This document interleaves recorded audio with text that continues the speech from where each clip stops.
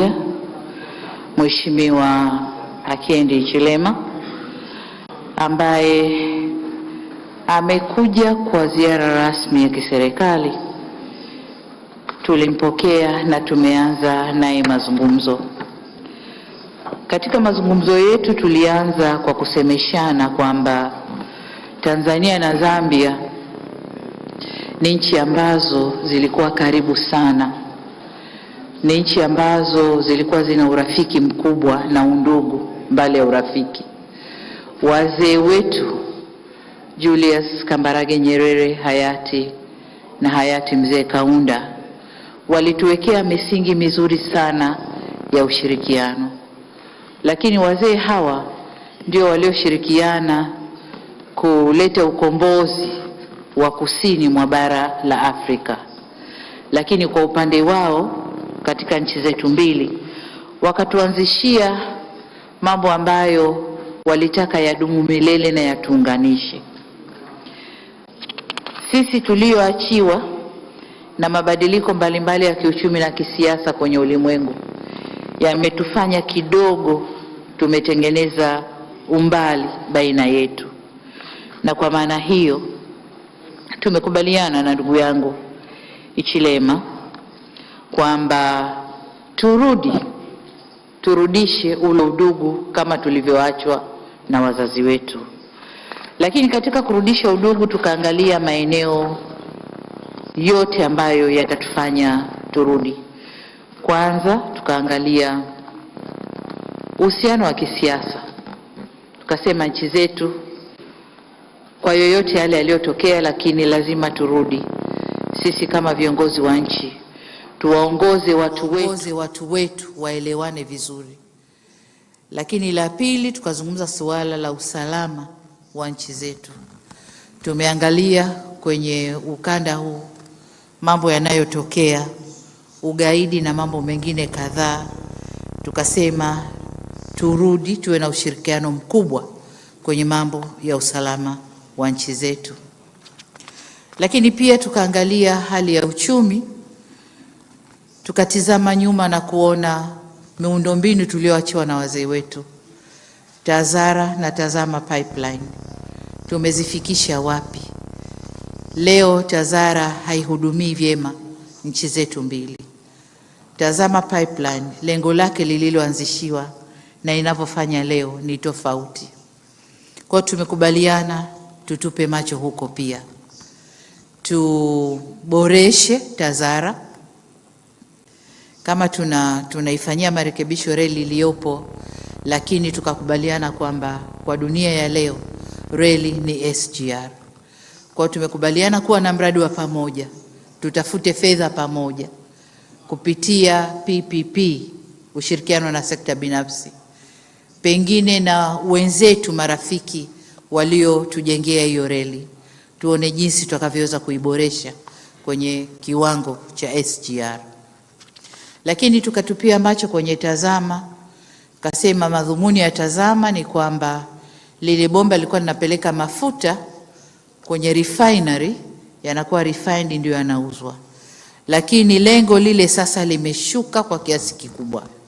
Ile refinery haitumiki sana kwa maana hiyo. Kwa hiyo Zambia wamebadilisha sera zao kwenye mambo ya energy, na sasa wanakwenda kwenye kuagiza product ambazo zimetimia, petroleum products ambazo zimeshatimia badala ya ile crude, au kuna jingine ndugu yangu alilitumia jina sikulishika vizuri. Kwa hiyo badala ya kupeleka crude oil sasa watapeleka mafuta yaliyosafishwa. Lakini tukakubaliana kwamba bomba lile ni dogo sana. Kwa hiyo kuna haja ya kujenga bomba kubwa takalopeleka mafuta kwa wingi, na bandari ya Dar es Salaam na facilities zilioko Tanzania ziwasaidie kupunguza ughali wa mafuta katika nchi yao. Kwa tumekubaliana na hilo pia. Lakini eneo jingine tulilotizama ni eneo la biashara na uwekezaji. Tumeona kwamba kuna wawekezaji wa Zambia wapo Tanzania, wa Tanzania wapo Zambia, wafanya biashara wanakwenda na kurudi, lakini tuna vikwazo vya kikodi na visivyo vya kikodi ambavyo vinafanya biashara zetu zisikue na zisiende kama tulivyotarajia. Kwa hiyo nako tumesema tukae sekta za uwekezaji na biashara, lakini taasisi zetu za kukusanya mapato na taasisi zinazoshughulika mambo ya customs, tukae tuangalie wapi tumekwama, nini ni kikwazo kwetu, tuondoe na biashara ziende vizuri. Kwa hilo nalo tumekubaliana. Lakini hapo hapo kwenye biashara tumewazungumzia pia wafanya biashara wadogo wadogo ambao wanapovuka mipaka yetu kwenda kufanya biashara, masharti wanayopewa ni makubwa. Kwanza permits za kuingia, lakini charges wanazotozwa ni kubwa mno. Kwa tumesema mawaziri wetu wakae na waangalie jinsi ya kusaidia biashara ziendelee baina pande zetu mbili bila matatizo. Tumeliona pia tatizo ambalo limeleta vurugu kidogo hapa Tanzania juzi la madereva wetu. Kwa tumekubaliana taasisi za madereva, zile jumuiya zao Zambia na Tanzania, tuziweke pamoja, wazungumze na serikali zetu mbili, tuangalie ni nini matakwa yao, tuwasikilize wana haja gani, wana shida gani, ili serikali mbili zifanye kazi kwa pamoja kuwatatulia au kutatua shida zilizopo, ili madereva wetu wafanye kazi kwa ushirikiano na wafanye kazi vizuri, na tuondoe vile vikwazo pale mipakani vya kuchelewesha magari yanayopeleka biashara. Tumeangalia pia sekta ya nishati na kwenye sekta hii mbali ya tazama pipeline, kuna mradi mkubwa pia unaitwa Grid Interconnectivity ya Tanzania na Zambia au TAZA, ambapo huu ni mradi wa nchi tatu, Tanzania, Zambia na Kenya. Kila mmoja ameanza kufanya shughuli kule kwao. Kwa upande wetu utekelezaji utaanza Januari mwakani, kujenga transmission line kubwa itakayo connect na kule. Kenya wanafanya kwao, na Zambia amenihakikishia kwamba na wao tayari wameanza. Tutakwenda kuweka pool ya umeme mkubwa wa region yetu, ambapo kama nchi moja itapata tatizo, nchi nyingine itaserve nchi jirani, au kama hatuna tatizo basi tutaweza kuuzia nchi ambazo hatuko nao pamoja. Kwa hilo nalo tumelitazama, na ni green energy, umeme unaotokana na maji. Tukatambiana kidogo, kasema yeye yuko karibu 90% green energy.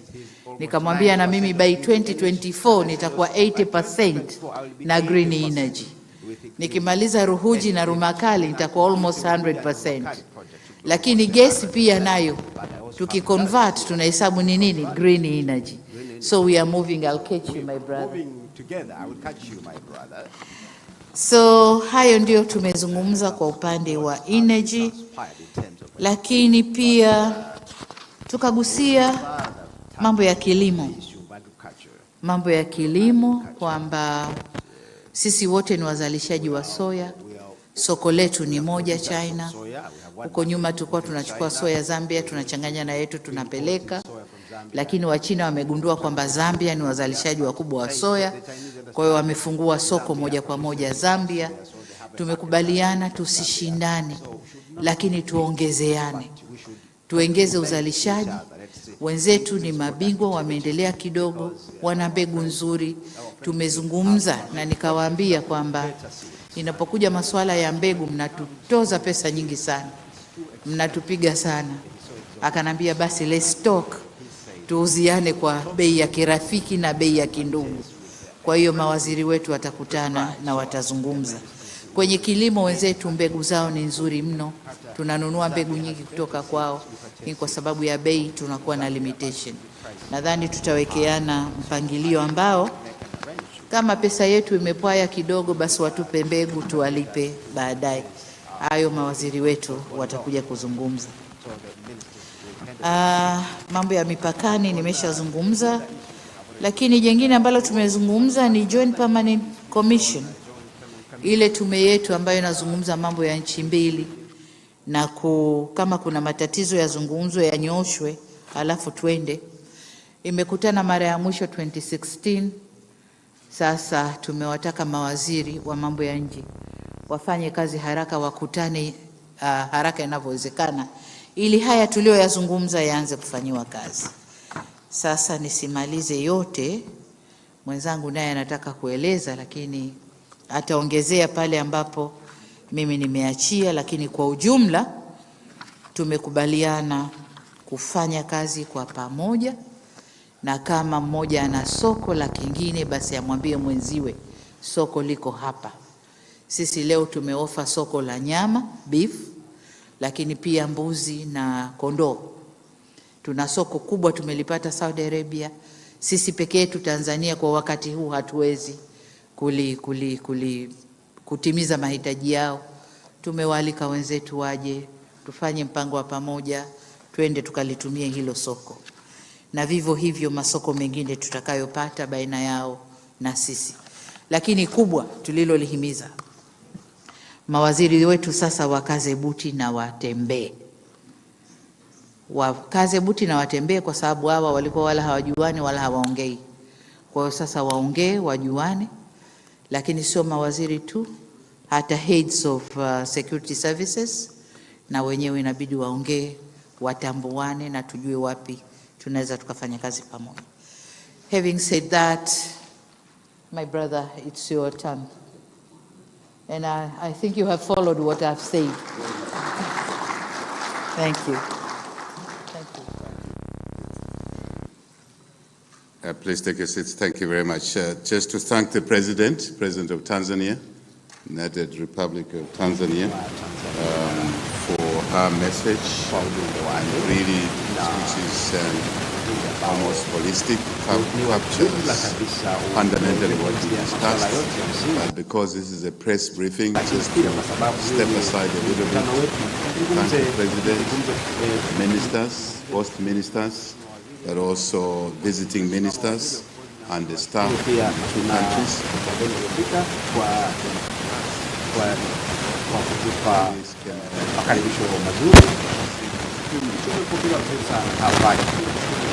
Rais na shukuru nzima ya mapokezi na pia kwa kuwezesha ziara yetu na kusikia mambo mbalimbali ya Rais kwamba ilivyokuwa kilikuwa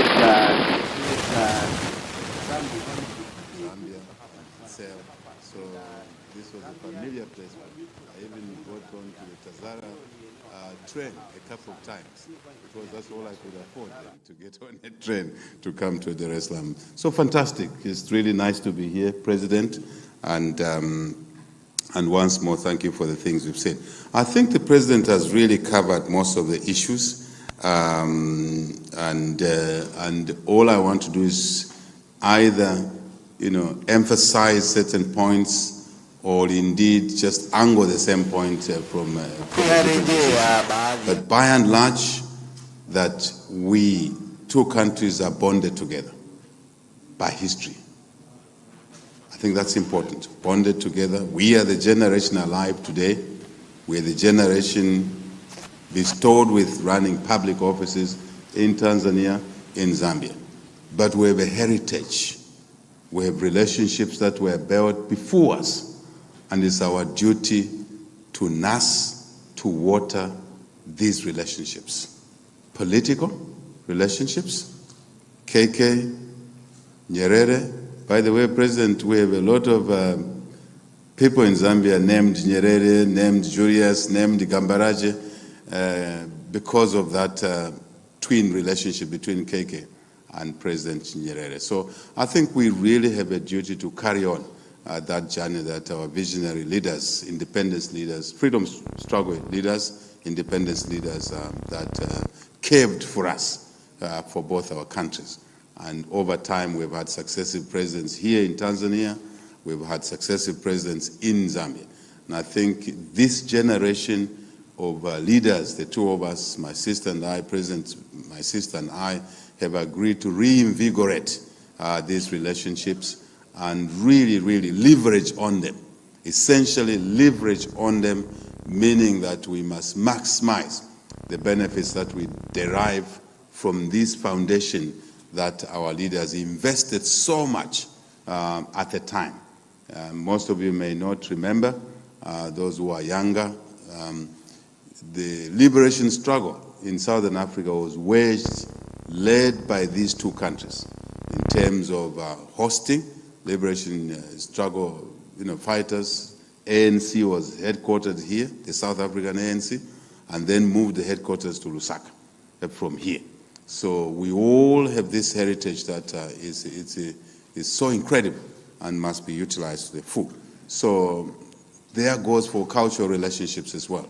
I was saying to the president also, and she reminded me, we reminded each other in our private meeting, that when you go to a place like Tunduma, you go to a place like Nakonde on our side, Tunduma here, Nakonde on our side. We have our family members there, Namwangas. One, the auntie will be Tanzanian, the uncle is Zambian. Same family, because these boundaries were drawn for us by people who sat in Berlin many years ago, and we were not even consulted. So families were cut in between. So we really want people. This is a second home for us, and for Tanzanians, Zambia is a second home for you. And not to repeat what the president said, alongside the building trade and investment, enhancing that, we are looking at leveraging our regional bodies, SADC, East African Community, Great Lakes region, again, shared platforms.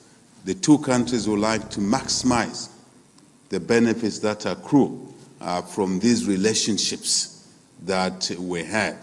And there are cases where we are together in these relationships. Ministers of Foreign Affairs are familiar with this. There are sometimes we don't sit on the same regional bodies, such as Tanzania being a member of the East African Community, and we are not. And obviously, we want to, in that case, work with Tanzania to make sure that we can benefit from the East African Community relationships as well, although we are not direct members, and vice versa, whichever the case may be.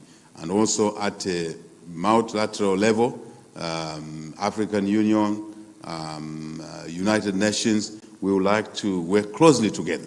Again, we know what we want from there.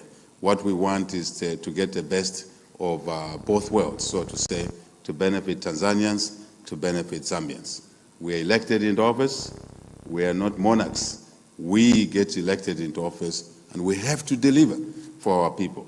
And our people want jobs, our people want businesses, our people want to be in school. Even orphans want to be in school. But if we manage this heritage of a relationship properly, it means we can grow the Tanzanian economy, we can grow the Zambian economy, and deliver for our people in terms of the basic needs, as I have tried to articulate, building on what the president has said already.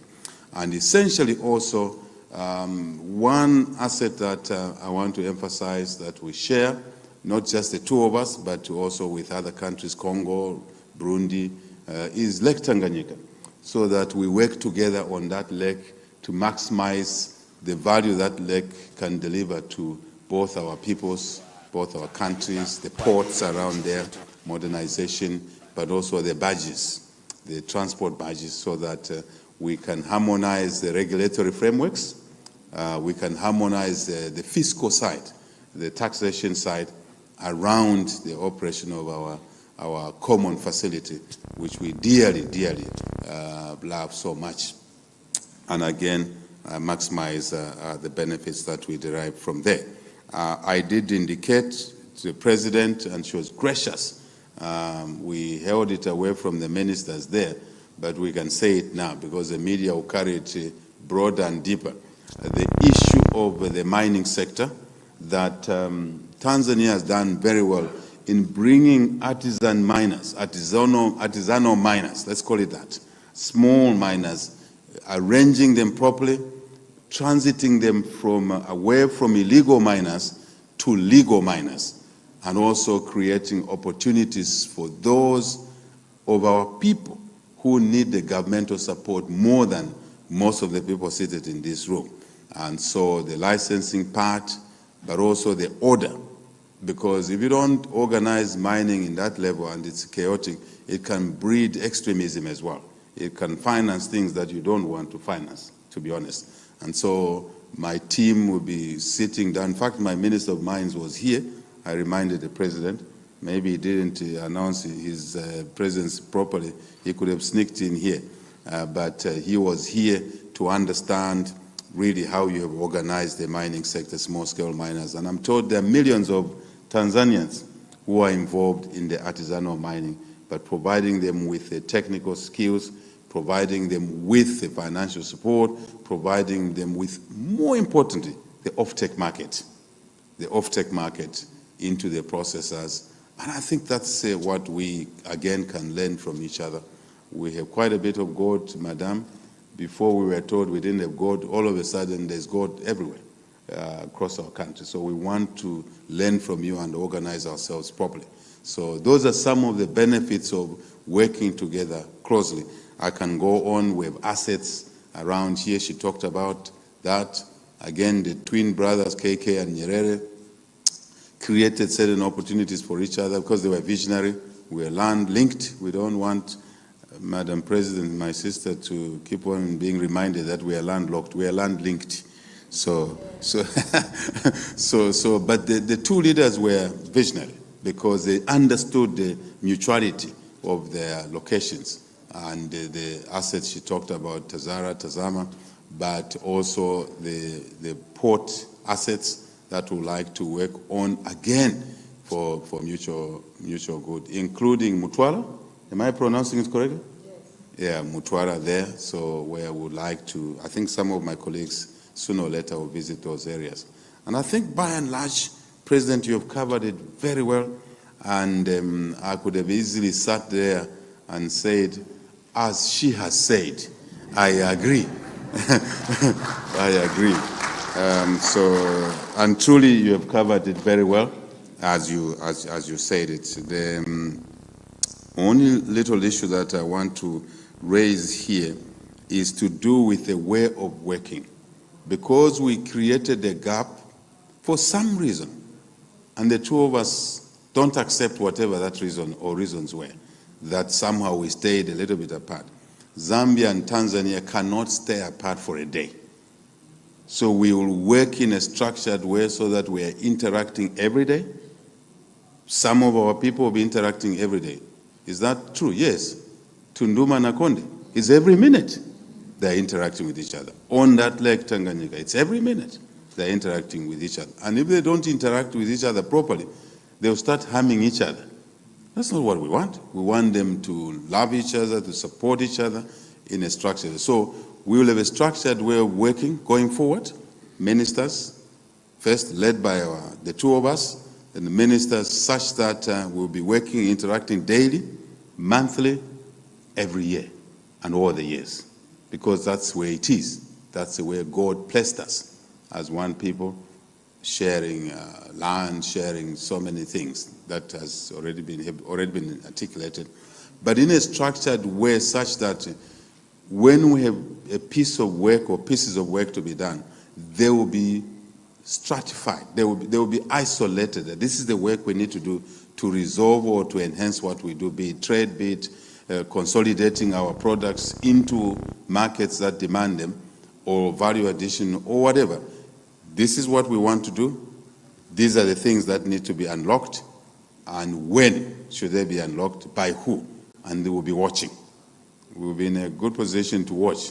The hard work must be done by the ministers, permanent secretaries, directors, rank and file, even ordinary Tanzanians, ordinary Zambians. I think the President, once more, thank you so much for this visitation, for this courtesy, for this conversation, this business conversation, and which enriches our relationship. And we don't want to let the rope slip again. Agreed. Such that even when we are not there, others will come after us, they will be obligated to continue and to do the right things. The only thing, Madam President, I would like to say, my ministers reminded me, I have handlers who are quite strict with me. is to officially invite the President for a state visit. The President was gracious to attend our inauguration. I was so humbled.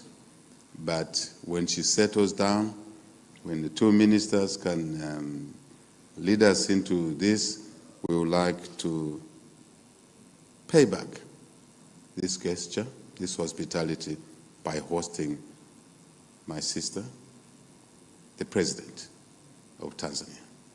Thank you so much. Asante sana. Asante sana. Asante sana Mheshimiwa Hakainde Hichilema, Rais wa Jamhuri ya Zambia. Asante sana Mheshimiwa Samia Suluhu Hassan, Rais wa Jamhuri ya Muungano wa Tanzania, kwa kile ambacho viongozi naomba tukae.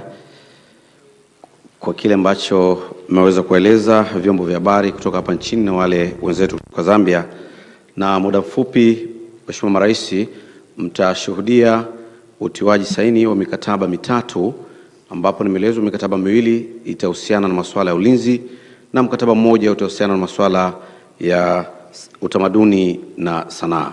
Naomba kwa wale ambao wanashughulikia masuala ya mikataba, tafadhali tuweze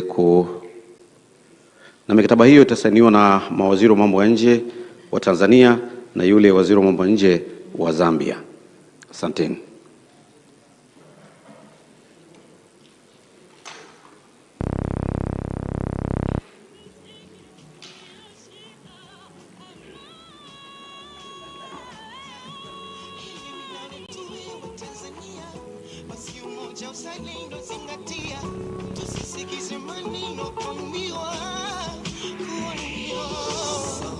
Tushirikiane tusimame wana sisi ni wamoja.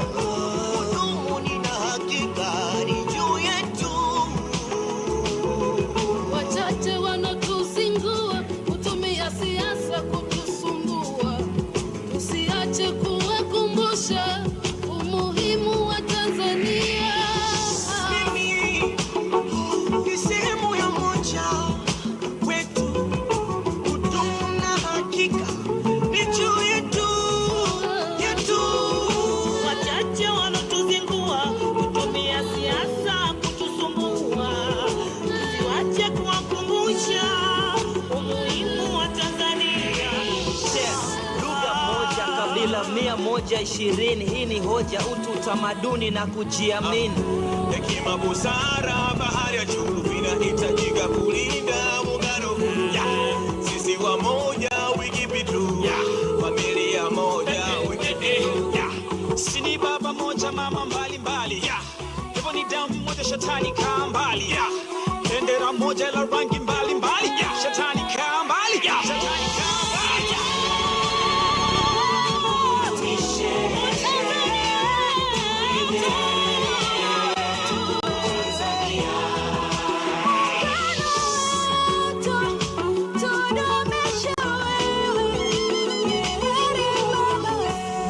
Asante Karume baba na Nyerere kwa amani. Muungano tunajivunia, wa barani kisiwani. Kifua mbele, amanikiwa kwenye kilele. Tunatembea kifua mbele, amanikiwa kwenye kilele. Amani na upendo ndo urithi tuloachiwa. Hata bibi babu walishatuambia kwamba sisi ni ndugu, inatubidi kupendana, sikutengana, ni kosa kubaguana. Nataka Tanzania ndo nchi yangu naijua, sitafurani sijui gasi naona shida mnanzingua. Nchi moja toka nazaliwa, toka nanzelewa, sanashangaza akili zako unapokusudia kuigawa. Hakuna ikiharibika. Muungano Tanzania runs magic attraction.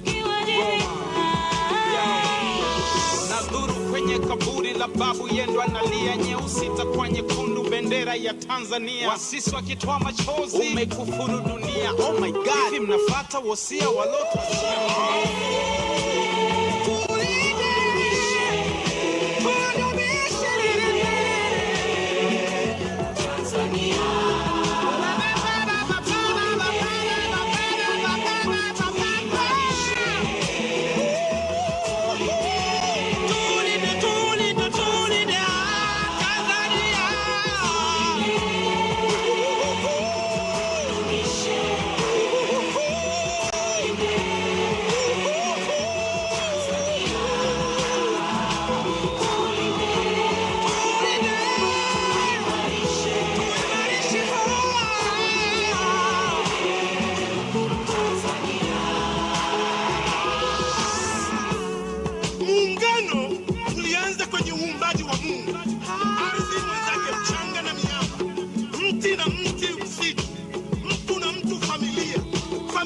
familia, ukoo na ukoo, jamii kubwa ya Tanzania.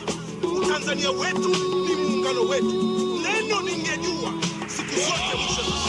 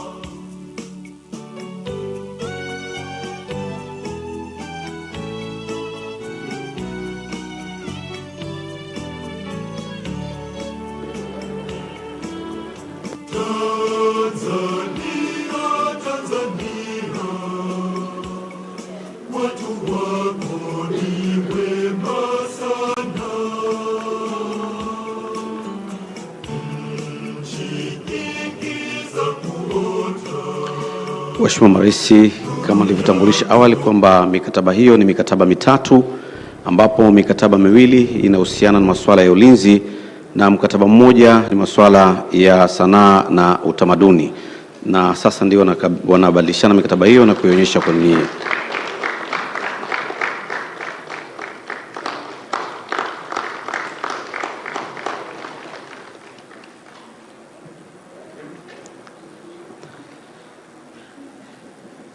Mheshimiwa Rais, baada ya kukamilika utiwaji saini wa mikataba hiyo mitatu, na sasa ni muombe Waziri wa Mambo ya Nje na Ushirikiano wa Afrika Mashariki wa Tanzania, Mheshimiwa Liberata Mulamula, ili aweze kusoma communique. Mheshimiwa Waziri, tafadhali.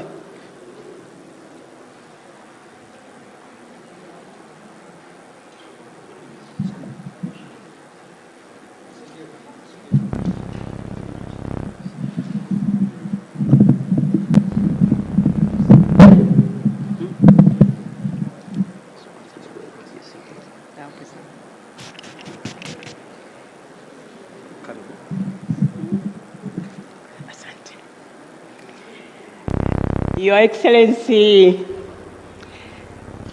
President Samia Suluhu Hassan, President of the United Republic of Tanzania, Your Excellency Hakainde Hichilema, President of the Republic of Zambia, dear colleagues, ministers, heads of security and defense organs, fellow Tanzanians listening in, our dear brothers and sisters from Zambia and in Zambia. Excellency, allow me to start by greeting in our usual greeting. Naomba niwasalimu kwa jina la Jamhuri ya Muungano wa Tanzania. Dear members of the press, I have the honor to read out the joint communique issued on the occasion of the state visit by the President of the Republic of Zambia, His Excellency Hakainde Hichilema, to the United Republic of Tanzania. At the invitation of Her Excellency President Samia Suluhu Hassan, President of the United Republic of Tanzania, His Excellency President Hakainde Hichilema, President of the Republic of Zambia, paid a state visit to the United Republic of Tanzania on this day, leo tarehe 2 Agosti 2022. Mheshimiwa Rais Hakainde Hichilema alisindikizwa na Mheshimiwa Honorable Stanley Kakube ambaye ni mbunge lakini rais wa mambo ya nje na ushirikiano wa kimataifa. Na Mheshimiwa Rais alisindikizwa pia na Mheshimiwa Chipoka Mlenga ambaye ni mbunge na waziri wa biashara na viwanda, na pia katika ujumbe wake kulikuwa na Mheshimiwa Franki Tayari ambaye ni mbunge na waziri wa usafirishaji, na pia kwenye ujumbe wake kulikuwa na Mheshimiwa Engineer Peter Kapala ambaye ni mbunge lakini pia ni waziri wa nishati. Mheshimiwa Rais pia ameambatana na maafisa wengine waandamizi wa serikali yake. Mheshimiwa Rais Hakainde Hichilema alitoa shukurani kwa Mheshimiwa Rais na wananchi wa Tanzania kwa makaribisho mazuri ambayo aliyapata yeye na ujumbe wake walipofika hapa kwa mara ya kwanza leo. Wakati wa ziara hii, wakuu wa nchi hao wawili walieleza nia yao ya kukuza mahusiano ya kidiplomasia, lakini pia walipongeza jitihada ambazo zilizofanywa na waasisi wa mataifa haya mawili, Mwalimu Julius Kambarage Nyerere na Kenneth Kaunda, katika kuimarisha mashirikiano ya kisiasa na kiuchumi ambayo tumeyafurahia hadi leo. Walieleza pia kuridhishwa na mahusiano kati ya nchi mbili ambayo ni ya muda mrefu, lakini pia ushirikiano ambao umekuwepo kati ya nchi zetu mbili. Lakini pia waliahidi kudumisha ushirikiano katika sekta mbalimbali zenye maslahi ya pamoja, ikiwa ni pamoja na biashara, miundombinu, nishati, uwekezaji, ulinzi, usalama na uhamiaji. Masuala muhimu yaliyojadiliwa ni pamoja na Tanzania Tanzania Rail Authority, lakini pia bomba la mafuta la Tazama, lakini pia bandari ya Dar es Salaam ya Tanzania, lakini pia reli ya kisasa SGR. Kuhusu Tazara, wakuu wa nchi walionyesha umuhimu wa kufufua na kuihuisha kampuni ya Tazara kwa kuangalia umuhimu wa kiuchumi katika kusafirisha mizigo na watu katika nchi mbili, ambapo na pia kwa nchi zingine katika ukanda huu. Kwa hiyo katika mtazamo huu, wakuu wa nchi walisema wanayo nia ya dhamira ya kufufua upya Tazara ili iweze kuwa na ufanisi zaidi kwa ajili ya kuwezesha biashara. Wakuu wa nchi wawili walionyesha pia umuhimu wa kuendeleza ushirikiano katika kufufua hiyo Tazara, ambayo kwa kiasi kikubwa utapungua gharama za kufanya biashara na pia kuongeza ushindani nchini Zambia na nchini Tanzania, lakini pia katika eneo la SADC lote. Na utendaji kazi wa Tazara hautawezesha kusaidia kusafirisha watu na mizigo, lakini utapunguza uharibifu wa barabara. Na majadiliano yalijikita kwenye kuongeza ufanisi kwenye bandari ya Dar es Salaam, lakini pia kwenye kituo cha huduma za moja mpakani. Kuhusu Tazama, wakuu wa nchi walionyesha umuhimu wa bomba hilo katika kukuza uchumi na maendeleo, na katika muktadha huo waliahidi kuboresha huduma za Tazama ili liwe na ufanisi zaidi na liwe na faida zaidi kwa ajili ya manufaa ya nchi mbili. Na kwa kuangalia na kuhusu bandari ya Dar es Salaam, Mheshimiwa Samia Suluhu Hassan alimweleza Mheshimiwa Hakainde Hichilema kuhusu maendeleo yaliyofanyika katika kuboresha tija na ufanisi wa bandari ya Dar es Salaam kwenye mradi wa kuiboresha. Mheshimiwa Hichilema alipongeza serikali ya Jamhuri ya Muungano wa Tanzania kwa hatua ambayo wameipiga katika kuboresha bandari, lakini pia akasema Zambia itaendelea kuitumia bandari ya Dar es Salaam na kwamba wana nia kuendelea kufanya kazi kwa karibu na Tanzania katika kutatua changamoto zilizopo. Na kuhusu reli ya kisasa ya SGR, Mheshimiwa Samia Suluhu Hassan alimtaarifu Mheshimiwa Rais Hakainde Hichilema kuhusu maendeleo yaliyofanyika katika kuboresha sekta ya reli kutoka ile geji ya zamani kwenda kwenye geji ya kisasa. Mheshimiwa Hakainde Hichilema alipongeza jitihada zilizofanywa na serikali ya Muungano wa Tanzania na kumjulisha mwenzake Mheshimiwa Rais kuhusu mipango ya Zambia kuboresha mifumo yake ya reli, lakini alionyesha pia dhamira ya serikali yao kujifunza kutoka Tanzania.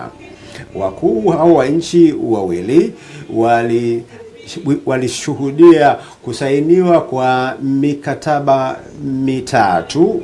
Mkataba wa kwanza ni kati ya serikali ya Jamhuri ya Muungano wa Tanzania na serikali ya Jamhuri Zambia kuhusu ushirikiano wa kijeshi, na mkataba wa pili ni kuhusu utekelezaji kati ya serikali mbili, serikali ya Tanzania na Zambia, kuhusu mabadilishano ya mafunzo ya kijeshi kwa wanajeshi wao. Lakini mkataba wa 3 kati ya Jamhuri ya Muungano wa Tanzania na Jamhuri ya Zambia ni kwenye eneo la sanaa na utamaduni. Wakuu wa nchi bali na hapo walieleza dhamira yao ya kuendelea kuboresha na kukuza mahusiano, na katika hilo wakatoa maelekezo kwa mawaziri wa mambo ya nje kukutana kwenye JPC, kamati ya ushirikiano ambayo itafanyika kule Zambia kabla ya tarehe 31 Disemba mwaka huu. Lakini pia walikuwa na fursa ya kubadilishana mawazo kuhusu masuala ya kikanda na kuonyesha dhamira yao ya kuboresha ushirikiano kwa kufanya kazi kwa pamoja na kusukuma ajenda ya maendeleo ya SADC, lakini pia ile ya Umoja wa Afrika kwa ile ajenda ya 2061 kuhusu Afrika tunayoitaka. Na pia wakuu wa nchi walionyesha umuhimu wa amani na usalama katika ajenda ya mtangamano wa kikanda, na katika hilo wakasema wataendelea kushirikiana kuhusu masuala yanayohusiana na amani na usalama katika ukanda wetu. Na kwenye kuhitimisha ziara hiyo, Mheshimiwa Hichilema alitoa shukurani za dhati kwa Mheshimiwa Rais Samia Suluhu Hassan kwa kumwalika kuizuru Tanzania. Mheshimiwa Hakainde Hichilema alitoa mwaliko kwa Mheshimiwa Samia Suluhu Hassan kutembelea Zambia kwa tarehe ambayo watakubaliana wote kwa njia za kidiplomasia.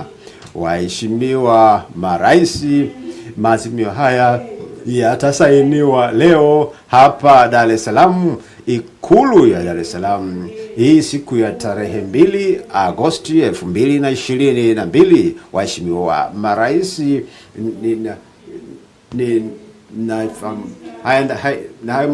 na sisi kama mawaziri tunayo jukumu la kutekeleza maazimio haya ambayo umeyatoa. Nashukuru kuona kwamba Mheshimiwa Hichilema amekuwa akinisikiliza kwa Kiswahili wakati nikisoma Kiingereza. Ninashukuru sana.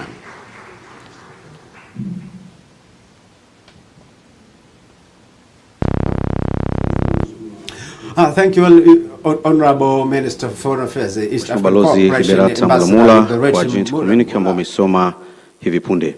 Mheshimiwa Rais, baada ya communique hiyo, kitakachofuata sasa ni dhifa ya chakula cha mchana, ambapo Mheshimiwa Rais wa Jamhuri ya Muungano wa Tanzania Mheshimiwa Samia Suluhu Hassan amemwandalia mgeni wake Mheshimiwa Rais Chilema, Rais wa Zambia.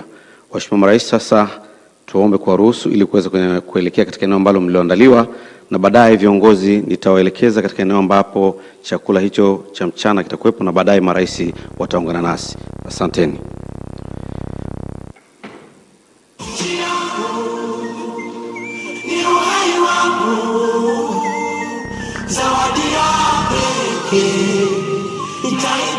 Mheshimiwa viongozi, sasa tutaelekea katika ukumbi sehemu ya pili tu. Tukitoka nje tutaelekezwa ambapo tutaingia kwa ajili ya chakula cha mchana katika dhifa ya chakula cha mchana kilichoandaliwa na Mheshimiwa Rais wa Jamhuri ya Muungano wa Tanzania. Asanteni.